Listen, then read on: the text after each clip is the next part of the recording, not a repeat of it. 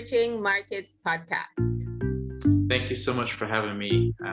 It's been a long time coming, and I've heard at least one of your series, and I am very honored that you'd actually consider me to be on this. So. Oh dear, I am the one that's honored. Thank you so much for your compliment, though. But I'm always grateful that people give me their time, to talk to me, because people are really busy. But no, it's an absolute pleasure to have you. So Enoete, tell us, where are we speaking to you from? Where are you right now? I'm in my bedroom. Where are those white walls? Where in the world? I'm in my bedroom. Okay, where? In St. Kitts. St. Kitts and? Nevis. All right. Poor Nevis. Poor Nevis. I mean, it's not that. You asked me where I am. I am geographically, literally on the island of St. Kitts. But my passport would say St. Kitts and Nevis. I always feel bad for people who are from like Barbuda and That's Tobago, true. because they always kind of get left off. People need to know that that's like my home country, St. Kitts and Nevis. So I'm speaking to a fellow national. Yeah, well, somewhat of a national, I guess you can say. It depends on how you look at it. Well, I'm dual because I also have I grew up in Nigeria, right? So yeah. I'm a AfroCaribbean. You're the real AfroCaribbean. Right. And yes. we're gonna get into that. We're gonna get into that. Best of both worlds. That's an interesting way of describing it. So tell us your background story. Obviously, the name Enoete, everybody should know where that name comes from, at least the people who've been listening to this podcast for a while. So tell us what's the story between the AfroCaribbean and how did you end up where you are in St. Kitts? So a very long time ago, over 50 years ago, a man met a woman in England. This man happened to go to school at the London School of Economics. He was a Nigerian. He sounds like a smart guy, like a clever guy. He was pretty smart. Yeah. And, he was handsome. And, this other lady that he would have met was a Commonwealth scholar on a music scholarship. And let's just say that when they met, she was the first woman to reject him. And he decided that's going to be his wife. And he withstood all manner of rejections and pursued. And they dated for about 9 months, writing letters to each other. And he had gone back to Nigeria and proposed in a letter. And they got married on the island of St. Kitts, I believe a year later. And she was told specifically by her parents, do not marry an African, especially a Nigerian, and do not marry outside of the Adventist church. She married an African who was a Nigerian who was not an Adventist. And they were married for 49 years before he passed. So I can say that it was love comes in weird places. 49 years, short of the big 50. Oh. Yeah. So he's from Akwa Ibom. I'm just giving my art. He's from the village of the state of Akwa Ibom, the village of Ibom. Which part of Nigeria is that? Let me find Nigeria on my map. Okay, there's Nigeria. It's the eastern part of Nigeria. So people typically would think Nigeria is just the east, west, and north, and that in the east is just the Igbos. But no, there's a whole lot more to it than that. So Cameroon, and Chad. Cameroon borders Nigeria on the east. Yes, on the eastern side. And Chad as well.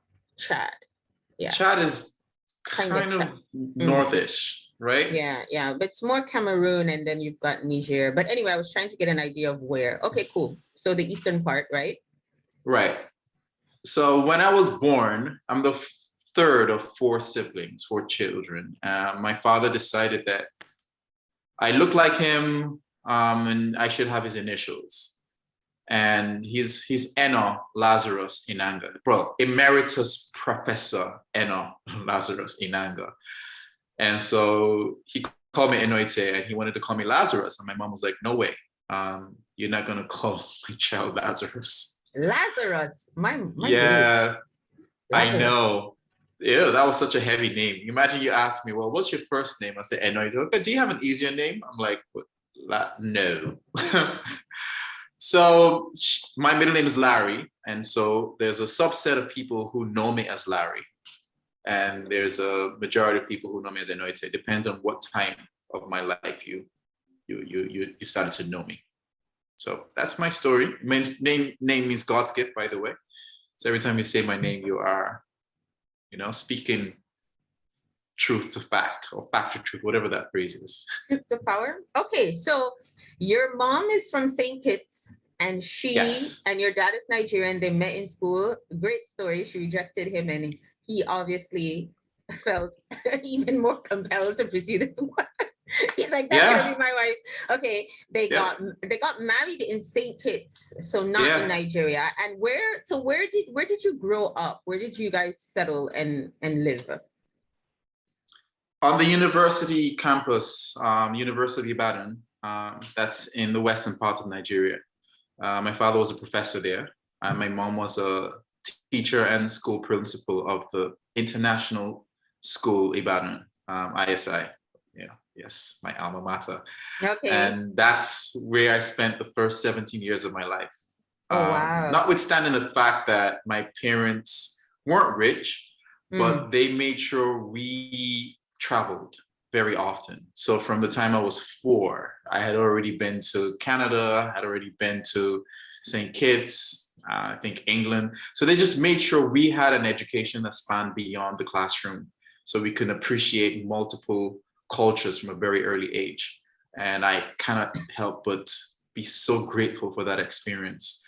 I didn't get it at the time because I was like, okay, how come we don't have a big house and cars? And I see my mates wearing the latest clothes and whatnot. I'm like, but looking back, I'm like, yeah, I would never exchange those experiences for anything else. Yeah. So what's it like being Afro-Caribbean? It's so common. There's so many Afro-Caribbean people. There's so many people who their parents are, one parent is Caribbean and one parent is African. It's very common. It's not a unique thing. Yeah, but it's difficult, man. For me, it's difficult. Well, sometimes it becomes, which identity really are you? Are you more Nigerian? Or are you more Kittitian? So on the dating scale, on the dating scene, if I meet a Nigerian now, they may decide I'm not Nigerian enough for them. And a Kittitian woman might decide, well, you're too weird, you're too out there, you're too Nigerian. Don't date Nigerians and Kittitians. Take them out the equation. Well, have I tried? Yeah, I've tried outside the equation. And to be honest, when I was in the States, well, that's another story. I did go to school at DePaul University. Yes, in Chicago. You studied physics and math. Yeah, computational physics and math, and then telecommunications and networking a couple of years later. Mm-hmm. But it was different. Like that cultural shock that was very different for me. I can't tell a lie. It was very, very, very different. I think I got broken out from that experience. I don't think that I would be who I am today if I didn't get to experience that degree of culture shock when I got to the States as a young teen. The US will do that to you. The US will do that. Oh my gosh, in a good way and in a bad way. Mm-hmm. It changes you forever, and you either love it or you're completely repulsed by it. Well, I've kept the ones that I loved. I think there's nowhere in between when you move to the US, like at age 17, 18, depending on where you come from. I think what you experience in America is quite transformational, in the US, I should say. And you either fall in love with the US and the idea of the US, and you become, that American, that immigrant, that foreigner who America makes, or you're just like, I don't want to be a part of this. I don't think there's an in-between. At least that's just my view. Well, I chose to leave, Yeah. I said I can St. Kitts, because at the time, every year another part of the story, I used to run for St. Kitts internationally. And so every year, every summer, I would come home and train and compete at different, track meets and, championships. And I decided, when I finished my school in 2005, I said, all right, it's either I can come to St. Kitts or stay in the US. And the decision was very difficult. I came to St. Kitts because I knew I could grow at my own pace. Interesting. Yeah. Don't you get bored that there, was very though? important for me because Don't you get bored? I mean, you grew up in Nigeria, the most populous country in Africa. Hustle and bustle, always on the move, go, go, go, go. You lived in the US. And St. Kitts, everybody needs to know that St. Kitts is 62, 64 68 square miles, yeah. Okay, population 62,000 or somewhere thereabout? Between 50 and 60,000, I think, yeah. Okay, and people really need to get that in their heads. Small island, small population. Oh my God. Let's put it, if we all attended the Super Bowl this past weekend, you'll be wondering, where were the fans? I know. But I mean, that's where you've settled. And you have a daughter as well. It's Caribbean. These places are good for raising children. Yeah, so of course, definitely. I cannot deny that. The values that she is getting right now, and I'm very intentional about what she's getting. I think it would have been a lot more challenging anywhere else. So. Yeah, interesting story. So now, how has this shaped you in terms of your entrepreneurial journey? And then tell us how you got into entrepreneurship before we talk about Bestimony and all the other cool things that you're up to. Well, the thing is, the values that my parents instilled in all of us were always to work hard, go to school, go to a good school, work hard, and everything will fall into place. And that's not true. So that's a lie. That's not entirely true. But that worked. Some of it is true. Yeah. But that worked for them because they were academics. Now that if that's what you want, if you want to go into academia, then by all means, that formula never fails. Do your work, do your research, and just make school your entire or anything very traditional, doctor, solicitor, nurse, engineer, anything very straight, narrow, traditional, study hard, work hard, get a good job, straight and narrow. Right. So they did not instill that sense of that go-getter attitude, the entrepreneurship side. To an extent, yes, my mom was a music teacher, and so she wrote books. So did my father, he wrote books. So that side was compelling to us to see them being able to earn royalty from these side hustles, the traditional way. So that has been passed on to us. But the sense of owning and running a business, and my father wrote business books, for goodness sakes. He taught millionaires about accounting and finance, and he taught. He never did it himself. You know, he could never do it. Right? The brilliance he had. He saw himself as an academic. Right. So he was trying to raise academics also, and I was not one. I was never one. I'm an all-rounder. I'm not a straight A student. Fine. I could figure out how to get straight A's, but it's not in my DNA to be a straight A student. I'm an all-rounder. I want to be able to be creative. I want to be able to be athletic. I want to be able to be musical. I want to be able to be funny. I want to be able to just do whatever comes to mind. And that side did not open until much later in life.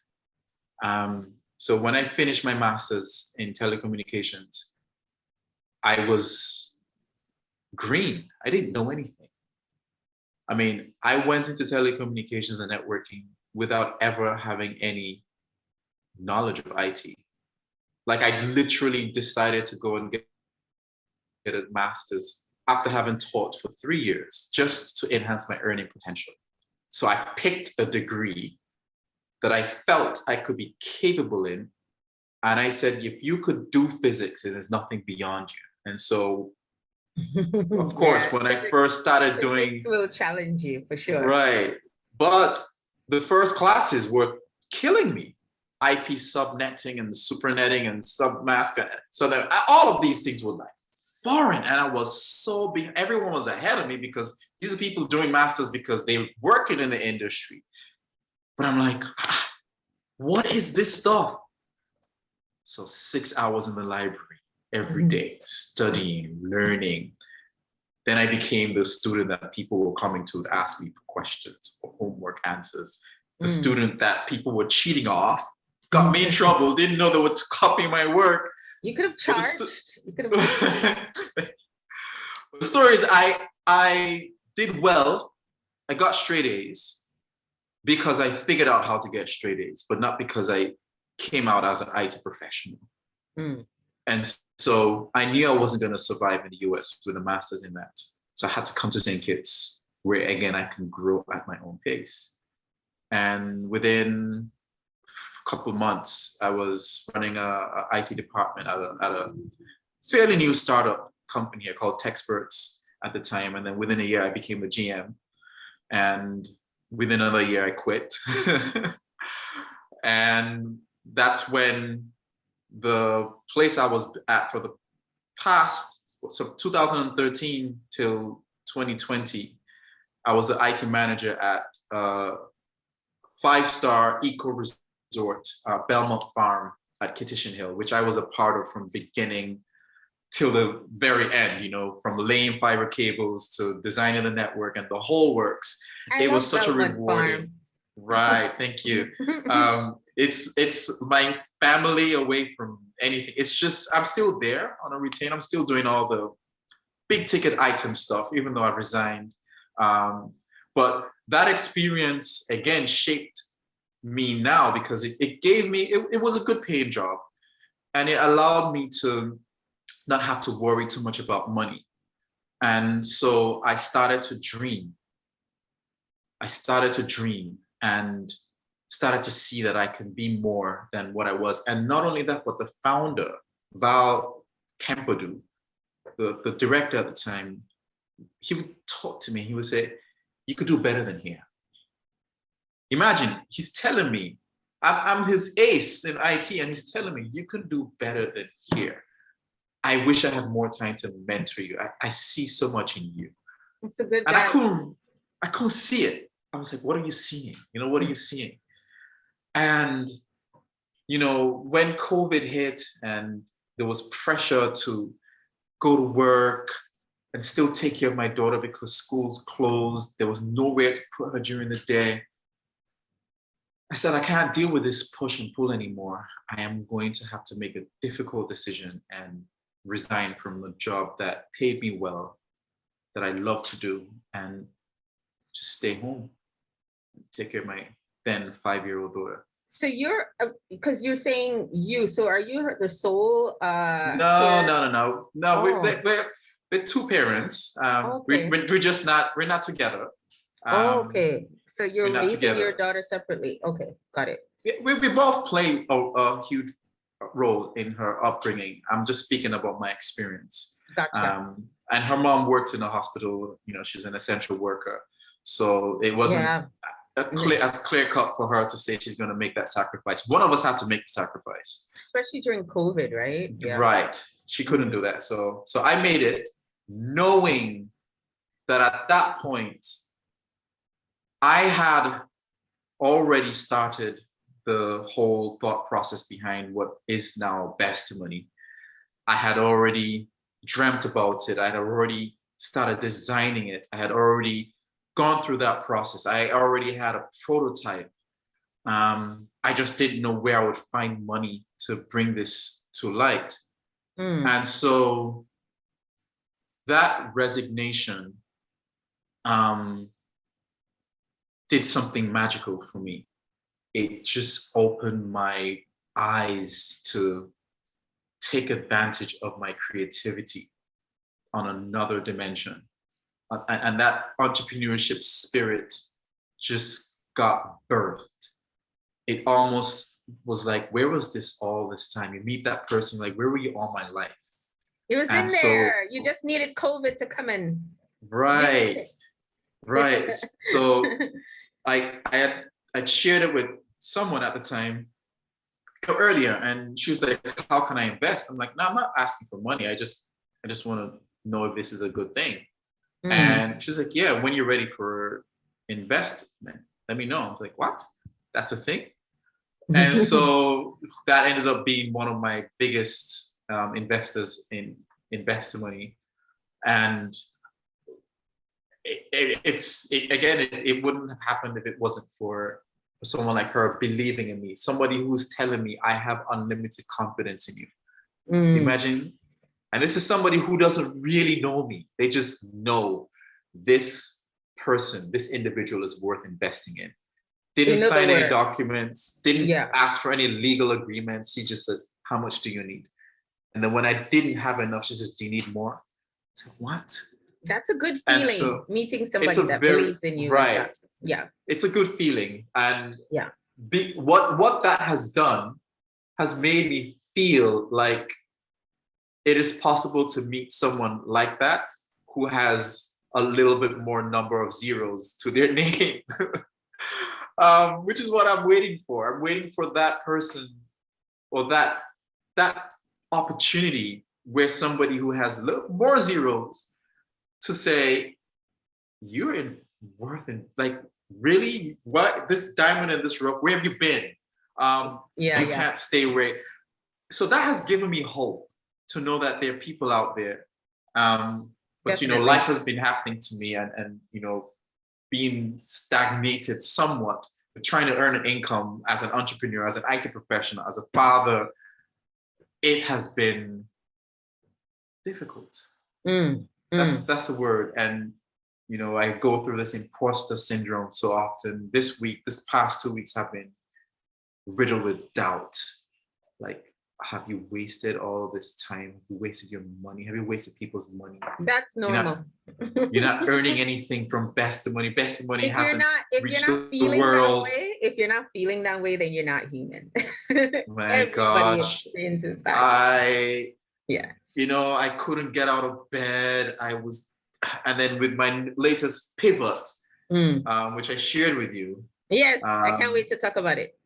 Yeah, that's again, I think everyone says it's an amazing idea. But I've understood that as entrepreneurs, we don't need validation. We already knew that it was amazing. we wouldn't have gone that far. We need support. We need holistic support. Yeah. And that's where I'm stuck now. I'm stuck because I know that at the end of the day, entrepreneurs some of them can be the right messengers for their product, and others can't be. Yeah. I am one of those. I'm starting to accept that. Well, you can get help. There are people to help with that kind of stuff. Right. That's where I am. I've accepted that. Listen, just having an amazing idea does not equate to success. Right. That's not enough.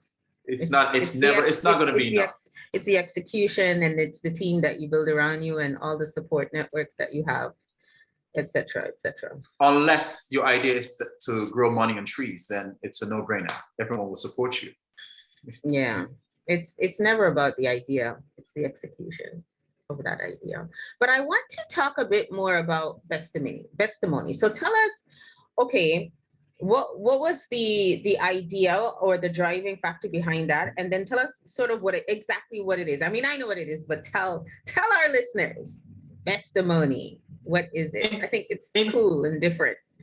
In 2013, you're going to see how all the dots are connected. In 2013, I was looking at social media and I was like, I think that it needs a fresh start.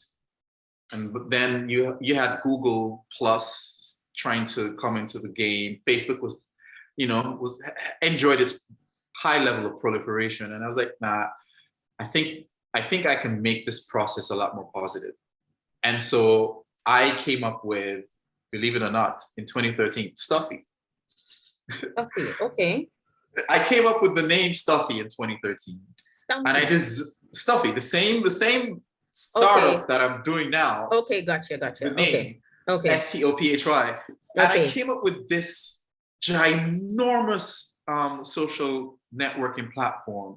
I designed it, had a presentation about it. premised along the lines of mentorship.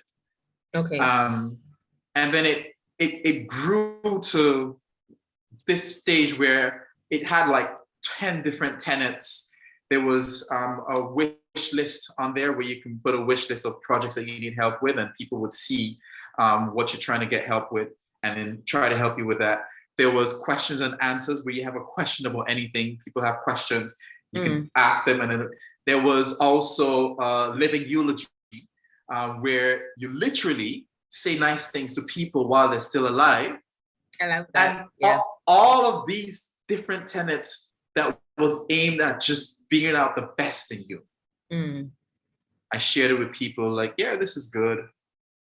And I remember somebody, I can remember his name, Bill Lau. That's the founder of Zing. He had wanted us to institute Coder Dojo, teaching children how to code over here in St. Kitts. Okay. So I reached out to him, and he was like, before I even started, before I could even finish sharing my dream with him, he said, it's not gonna work.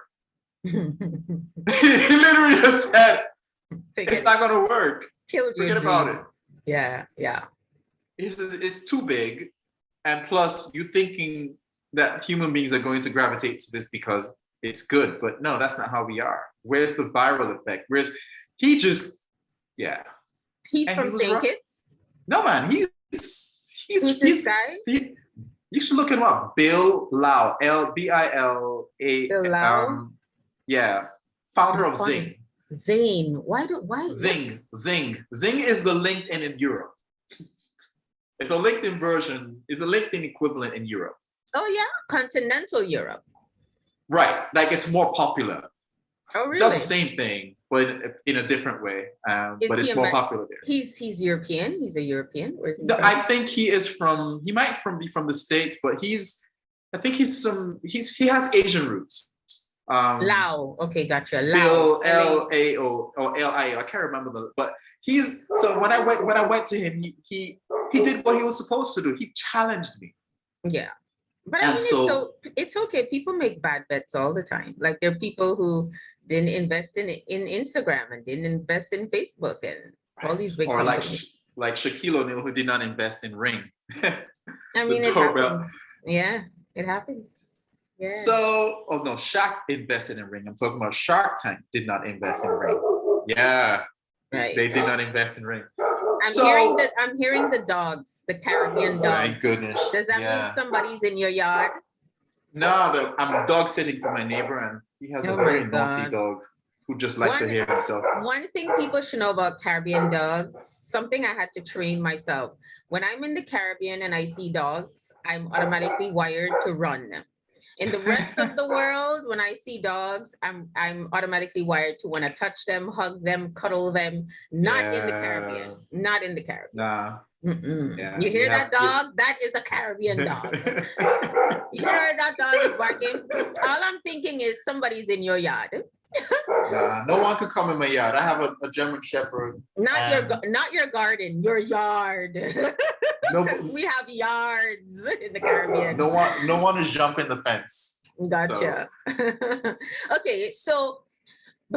Okay, but what was the idea? Like, why did you think Bestimony would work? And like, tell us, specifically what it is. It's a platform to incentivize people to do good things, right? Basically. Well, it birthed from that concept of what I was talking about. So in 2013, I had the big idea. And then in 2017, I revisited it. And I went back and I said, look at all of these different tenets that you had in 2013. They are multi-million-dollar businesses now. Quora.com, that's a question and answer platform. There was also a talent algorithm that I was developing. There was so many different things. Quora was there. The wish list, the projects and all that kind of stuff. There's a platform for that. Can't remember what it is. So I was like, hold up, pick one. Just pick one of these things and see if we can bring it. So the one I looked back again, I looked at the living eulogy. It's like, hold up, I think this will be a good thing. We only say nice things to people after they die. Why wouldn't we say them while they're still alive and say, you know what, this is it. I'm going to focus on this. Okay. What do I call it? okay, they call it eulogy, liturgy. I started going through these iterations. I said, what about testimony? Oh, no, couldn't. That was taken up. What about tribute? Nope, that was already taken to in terms of the domain. So what about bestimony? No, wasn't taken. Bought it up instantly. It has a ring to it, Bestimony. Yeah. And I was like, okay, logo. Okay, I want a butterfly, but how's it going to look? Okay. I went and approached the most talented illustrator in St. Kitts. And I said, listen, I'm going to pay you to do my logo because if I don't start to spend money on this, I may not see it through. When you spend money, it's because you're taking it seriously. Your own money. You got to invest in your own things. Yeah. Right. So, so it was a very rewarding experience to take that risk. And before you knew it, the different iterations of the logo came to light. I loved it. And then it was like, okay, how is this going to look? I had to then learn how to do wireframing, and then using Balsamics, using Azure RP. Yeah. And then I had something working. Like I said, I had to then share it with different people. Okay, this is what the homepage is going to look like.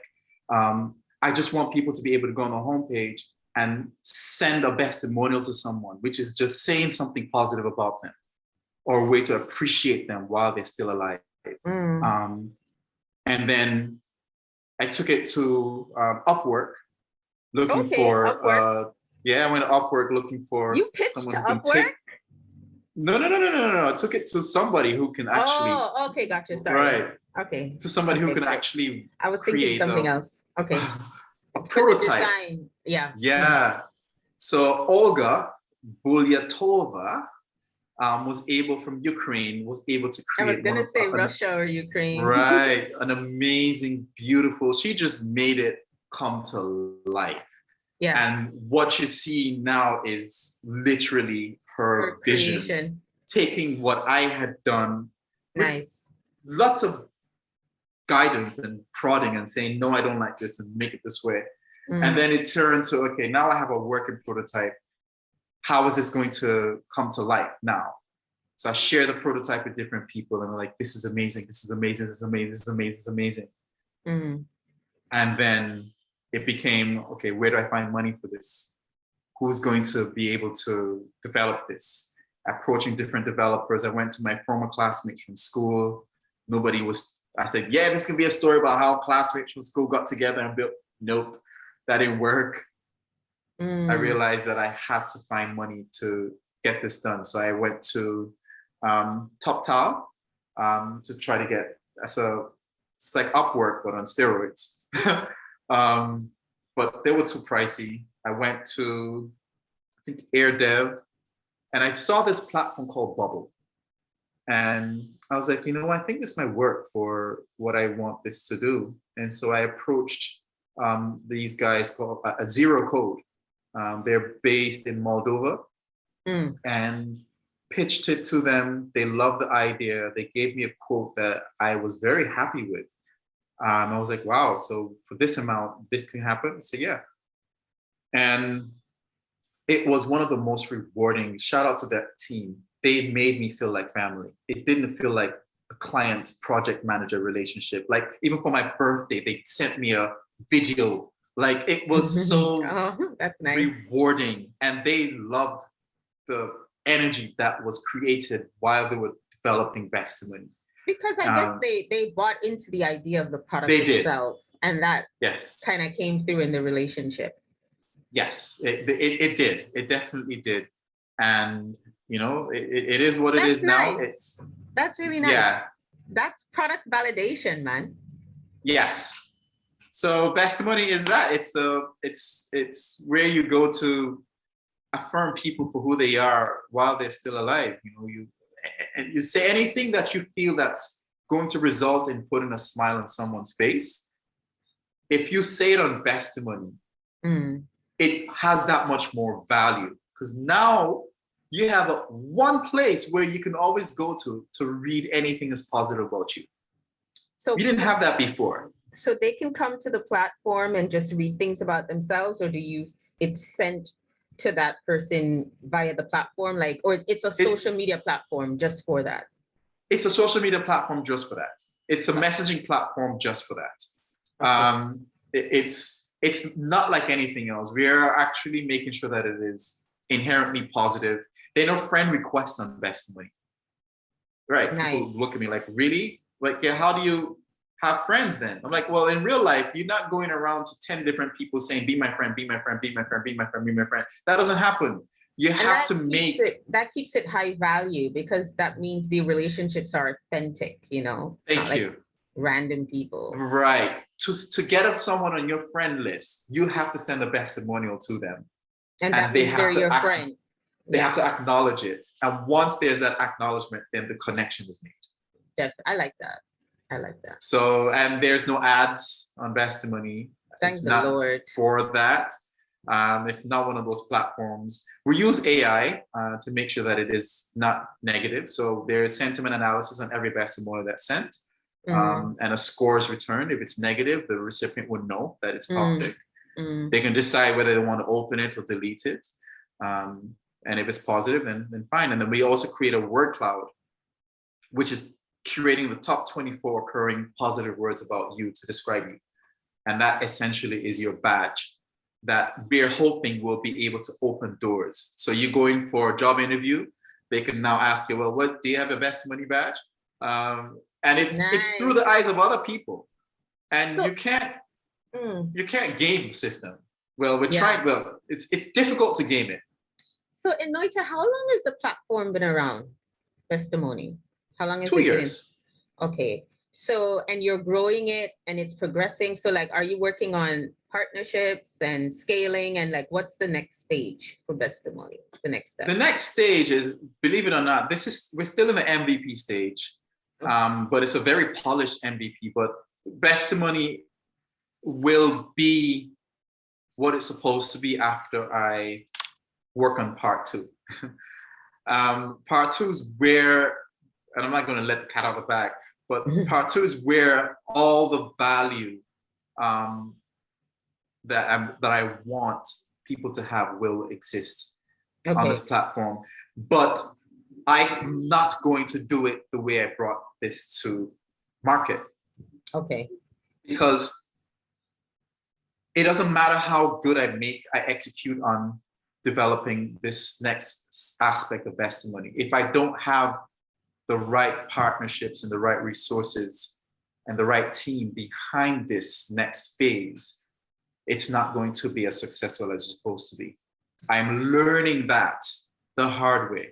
So I am not looking for money. I think if you ask hard enough, you will find money. You just have to know whether you have to pay it back or whatever. It's beyond money at this point. The first money you need is your customers' money. That's the most important money. That's real validation. Yeah. Right. So that's where I'm at. And so, you know, Bestimony had to slow down a bit, had to accept that its success is going to be premised on having the right team. And because I don't have a team, I'm a team of one. And that takes time. That takes time to build.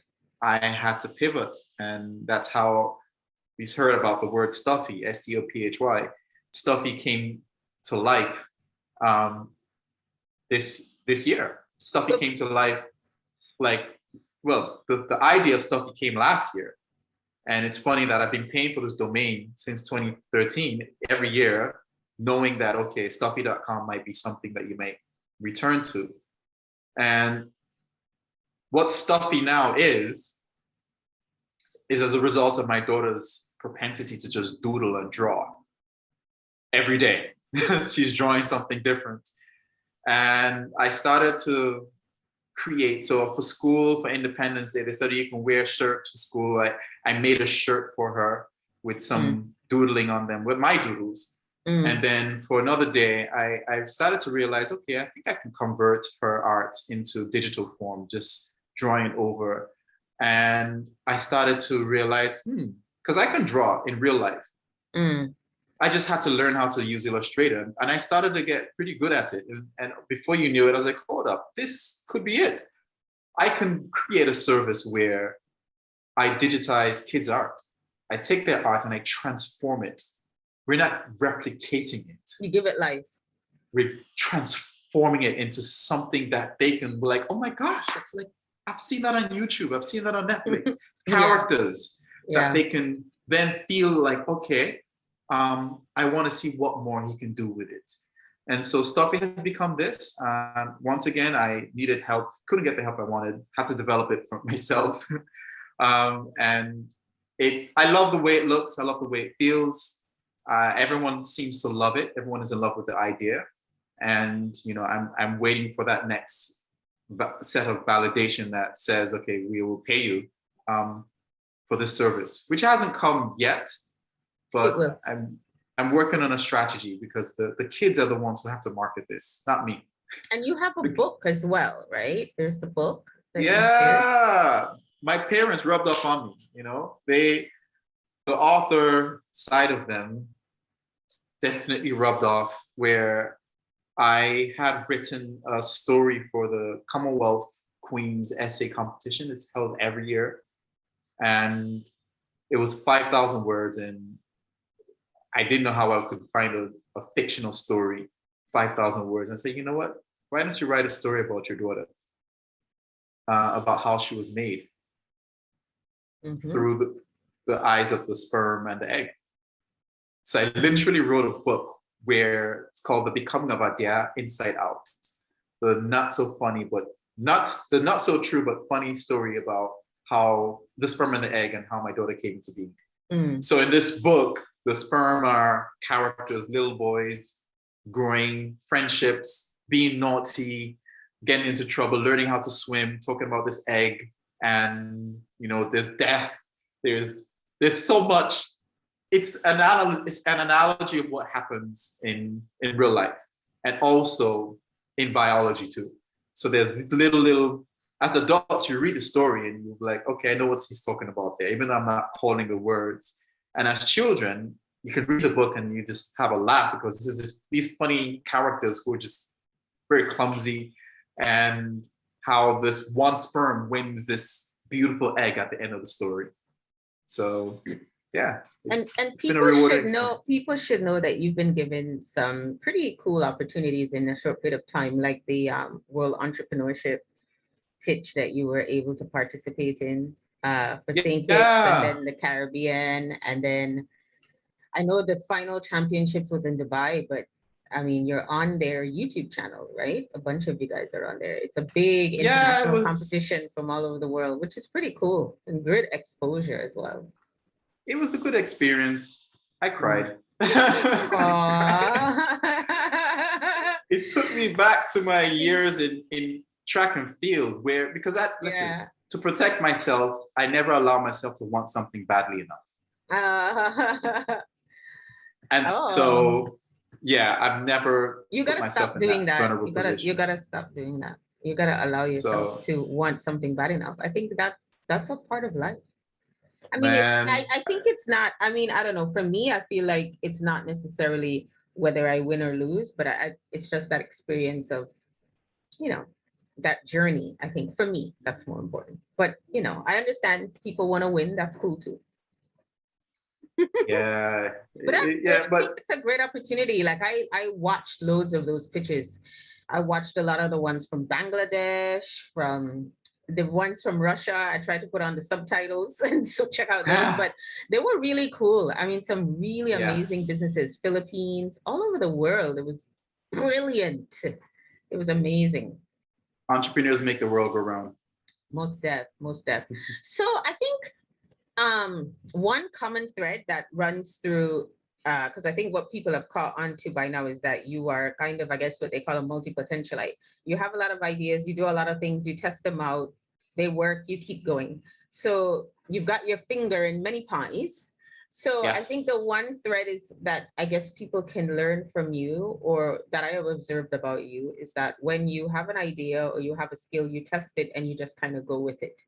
So if you've got something that you want to do, like, don't sit on it, just try it. Even if it doesn't work out, you kind of just have to try it. And if it sticks, then you go with it. But what do you think are the biggest lessons that you've learned from this journey that you've been on thus far, from like making that difficult decision to leave your high paying job to where you are now, which has only been 2 years. Yeah. Lesson is keep dreaming. Mm. Because if you stop dreaming, then you stop believing in what can be possible.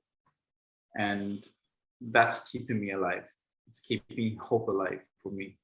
I'm not sure if I'm going to be successful in any of these ventures. I'm not making any money from any of these so far. But it's not stopping me from doing something. And it's not stopping me from thinking that there can be the next big thing that I can do. And so I'm always thinking, how can I find more ways to add value to more people in this world? And that's really essentially my goal. Everything, if you see everything that I've been doing, is all about value creation for other people. Those that add value always get rewarded. It's about adding the most value. Definitely value creation, for sure. So with Stuffy, for instance, the value add is for children to see that their art can be on their things that they take to school, like their bags, on their bed linen, on their shoes. Like I've done that already. My daughter wore for Valentine's Day her art to school. She wore a shirt with her drawing on it with that I had transformed. So you're no longer going looking for Mickey Mouse on a bag, but you're able to say, no, that's my art on the bag. Every child can be going to school with their art on their bags, on their pencil cases, on their water bottles. And that's the future now anyway. Yeah, that's where everything is going.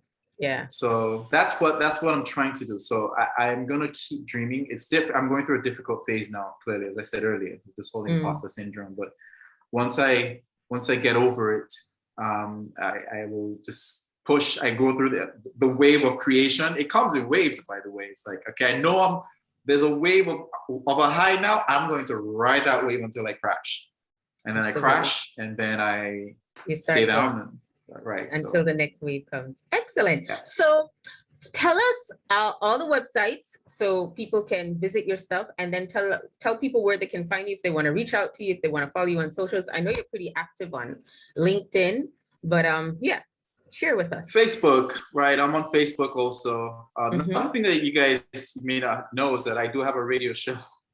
Yeah, radio show. I've seen you on YouTube. Right? On YouTube. Yeah, only good news. Where I talk about only good news, only good things that are happening. I've had 70 episodes so far, and it's called.